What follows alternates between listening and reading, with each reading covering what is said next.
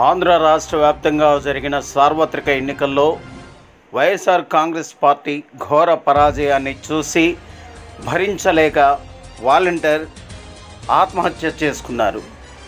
Party అధినేత జగన్మోహన్ రెడ్డి ఓడిపోవటం తను సహించలేక ఈ అఘాయిత్యానికి పాల్పడ్డాడు.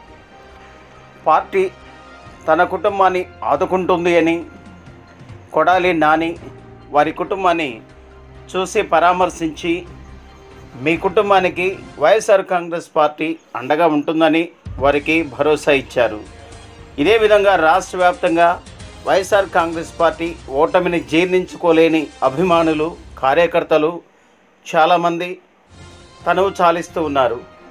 ఇది చూసి దిగ్భ్రాంతి అవుతున్న వైఎస్ఆర్ కాంగ్రెస్ పార్టీ నాయకులు ఎట్టకేలకు అందరూ సంయమనం పాటించాలని, రాబోయే మనం మళ్ళీ పుంజుకొని ఎలక్షన్లో పాల్గొంటామని, అప్పటి వరకు ప్రతి ఒక్కరూ సమన్వయంగా ఉండాలని ప్రతి ఒక్కరిని కోరుతూ ఉన్నట్లు కొడాలి నాని తెలియజేశారు.